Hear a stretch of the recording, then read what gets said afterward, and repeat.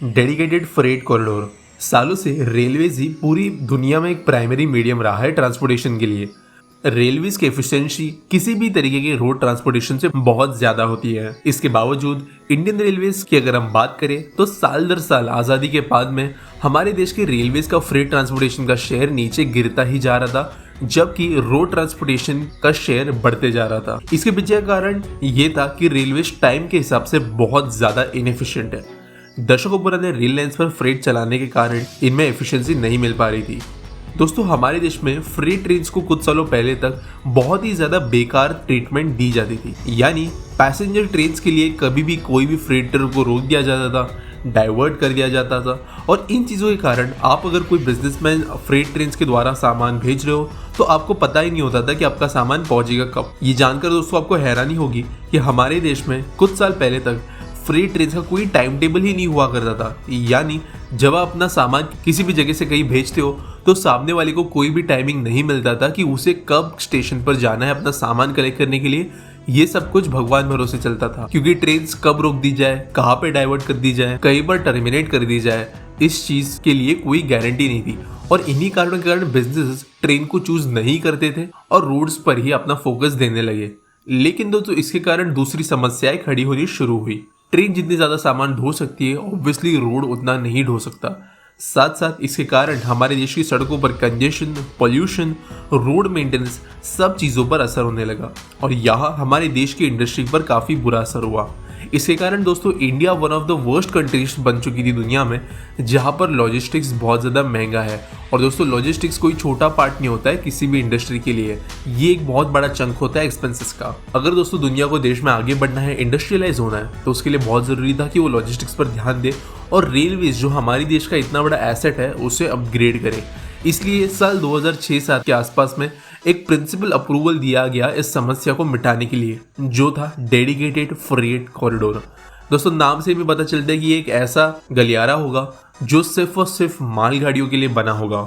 Around 28,000 crore रुपए इस project के लिए इनिशियली अप्रूव किए गए थे और DFCL नाम की कंपनी इसके लिए एस्टेब्लिश की गई थी। दोस्तों, आप में से ज्यादा लोगों को ये पता होगी इंडियन रेलवेज पैसेंजर डिवीजन से ना के बराबर पैसे कमाता है। आप इनफैक्ट ये भी कह सकते हो कि पैसेंजर डिवीजन रेलवेज के लिए एक लायबिलिटी है।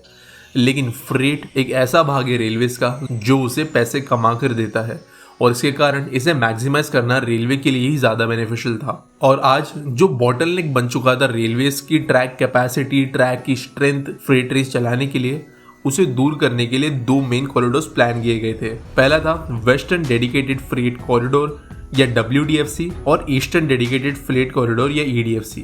Western dedicated freight corridor Dadri Uttar Pradesh से लेकर जवाहरलाल नेहरू पोर्ट ट्रस्ट मुंबई के बीच में चलने वाला था, जबकि eastern dedicated freight corridor Ludhiana Punjab से लेकर दानकुनी वेस्ट बंगाल के बीच में चलने वाला था। दोस्तों, दोनों फ्रेट कॉरिडोर्स मिलकर 3,600 किलोमीटर से ज्यादा की लेंथ रखते थे। लेकिन इन्हीं रोड्स को क्यों चुना गया? दोस्तों, हमारे देश में जो गोल्डन क्वाड्रिलेटरल है उसके बारे में सबने ही सुना होगा। मुंबई, दिल्ली, कोलकाता, चेन्नई, ये हमारे क्वाड्रिलेटरल के 4 पॉइंट्स हैं, और इन चारों पॉइंट्स के बीच में डायगोनल कॉरिडोर्स भी दौड़ते हैं, जहां से हमारे देश का मैक्सिमम ट्रैफिक फ्लो होता है। इसके कारण आप समझ सकते हो कि ये जो इलाके इन क्वाड्रिलेटरल्स के रूट पर आते हैं वो बहुत ज्यादा इंडस्ट्रियलाइज्ड, पॉपुलेटेड और साथ साथ अंडर प्रेशर भी है। एक अगर आपको मेट्रिक बताओ तो दोस्तों, इन क्वाड्रिलेटरल्स में से पूरे देश की सिर्फ 16% रेलवे ट्रैक्स ही है, लेकिन फिर भी इन्हीं ट्रैक्स में से इंडिया का 58% फ्रेट कार्गो ट्रांसपोर्ट किया जाता था। यानी आप समझ सकते हो कि कितनी ज्यादा ओवर कैपेसिटी में ये ट्रैक्स चल रही थी। इसके लिए इनिशियली इन 2 कॉरिडोर्स, ये डेडिकेटेड फ्रेट कॉरिडोर प्लान किए गए। दोस्तों, डेडिकेटेड फ्रेट कॉरिडोर में क्योंकि सिर्फ मालगाड़ियां चलने वाली थी, इसके लिए इसका ट्रैक भी अलग तरीके से डिजाइन किया गया। ये ट्रैक 100 टन पर एक्सल लोड के हिसाब से, यानी बहुत ज्यादा वजनदार मालगाड़ियां भी ढो सकते थे।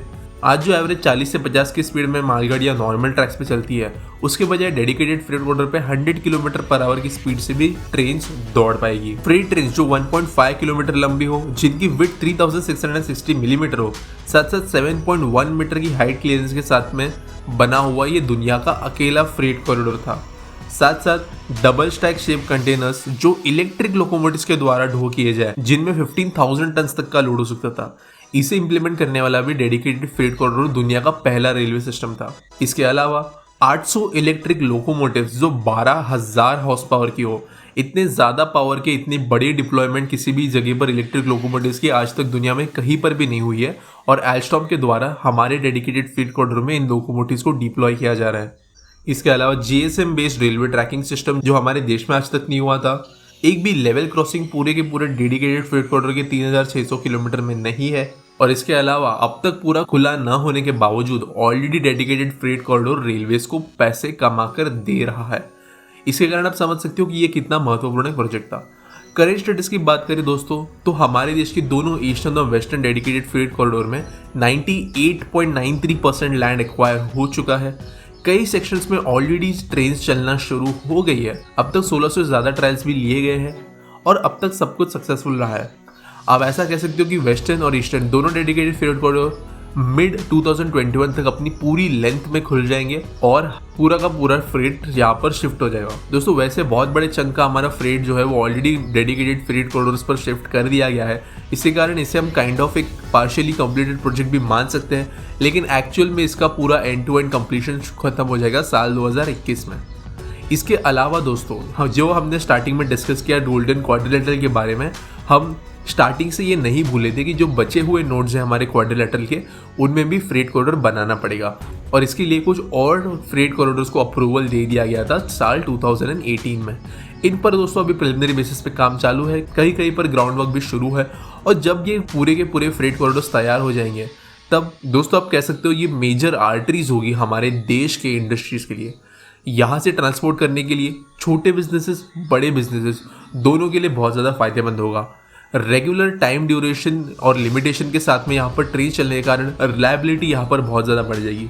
ऑलरेडी हमारे देश में रोड इंफ्रास्ट्रक्चर पे बहुत बड़ा खर्च हो रहा है, साथ साथ हम जो एग्जिस्टिंग ट्रक्स है उनका लोड अगर ट्रेन पर शिफ्ट कर देते हैं तो ना सिर्फ कंजेशन खाली होगा, लेकिन बड़े रोड्स के कारण आप कह सकते हो कि एक तरफ से कंजेशन हटाया जा रहा है, दूसरी तरफ से कैपेसिटी बढ़ाई जा रही है। यही सिचुएशन इंडिया में आ जाएगी और हमें हमारे हाईवेज ओवर कंजेस्टेड नहीं नजर आएंगे। दोस्तों ये बहुत ही महत्वाकांक्षी परियोजना थी हमारे देश के लिए आज़ादी के बाद में, और अच्छी बात यह है कि एक्चुअल में ये कंप्लीट भी होने वाली है और अभी कोई ऐसा नहीं कह सकता कि ये परियोजना सिर्फ पेपर पर मौजूद है। तो दोस्तों ये एक बहुत सिंपल एक्सप्लेनेशन मैंने देने के लिए ट्राई किया है डेडिकेटेड फ्रेट कॉरिडोर्स के बारे में। तो दोस्तों ये टॉपिक एक्चुअली यूट्यूब पर इतना ज्यादा कवर हो चुका है कि आप इसके बारे में कुछ भी सर्च करो, आपको कोई भी इसके बारे में स्पेसिफिकेशंस जानने हो तो आपको वीडियोस मिल जाएगी। इसलिए मैंने बहुत रफ ओवरव्यू देने के लिए ट्राई किया है। बाकी आपको वीडियो पसंद आया होगा तो लाइक कर देना, शेयर कर देना, सब्सक्राइब कर देना और मिलेंगे अगले वीडियो में।